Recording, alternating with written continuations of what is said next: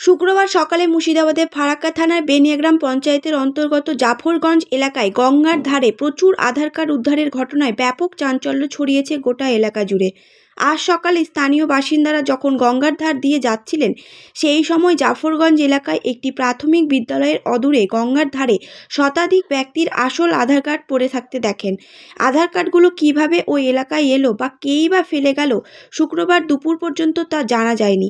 স্থানীয় সূত্রে জানা গিয়েছে, আজ সকালে গঙ্গার ধার দিয়ে যখন কিছু লোক যাচ্ছিলেন, সেই সময় তারা জাফরগঞ্জ এলাকার গঙ্গার ধারে প্রচুর আধার কার্ড পড়ে থাকতে দেখেন। প্রথম স্থানীয় বাসিন্দারা ভেবেছিলেন আধার কার্ডগুলো হয়তো বাতিল হওয়াতে সরকারি কোনো দপ্তর সেগুলো ফেলে গেছে। তবে কিছুক্ষণের মধ্যে বোঝা যায় গঙ্গার ধারে পড়ে থাকা আধার কার্ডগুলো সবই আসল। স্থানীয় বাসিন্দাদের অভিযোগ, যেখানে আধার কার্ডগুলো উদ্ধার করা হয়েছে তার অদূর রয়েছে জাফরগঞ্জ পোস্ট অফিস। এলাকাবাসীর অনুমান, পোস্ট অফিস কর্তৃপক্ষই ওই আধার কার্ডগুলো গঙ্গার ধারে ফেলে গেছে।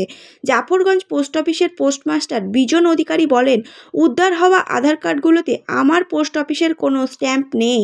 তার ফলে এটা বলা যায় না আমাদের অফিস থেকে এগুলো ফেলে দেওয়া হয়েছে। কেউ লিখিত অভিযোগ করলে ঊর্ধ্বতন কর্তৃপক্ষ তদন্ত করে দেখবে। স্থানীয় এক বাসিন্দা বলেন, সরকারি যে কোনো কাজে এখন আধার কার্ড বাধ্যতামূলক। সাধারণ মানুষকে দিনের পর দিন আসল আধার কার্ডের জন্য আবেদন করে বসে থাকতে হয়, অথচ কিছু ব্যক্তির উদাসীনতার জন্য আসল আধার কার্ডগুলো গঙ্গার ধারে পড়ে রয়েছে। যাদের জন্য এই কার্ডগুলো বরাদ্দ হয়েছে তারা এই বিষয়ে কিছুই জানেন না।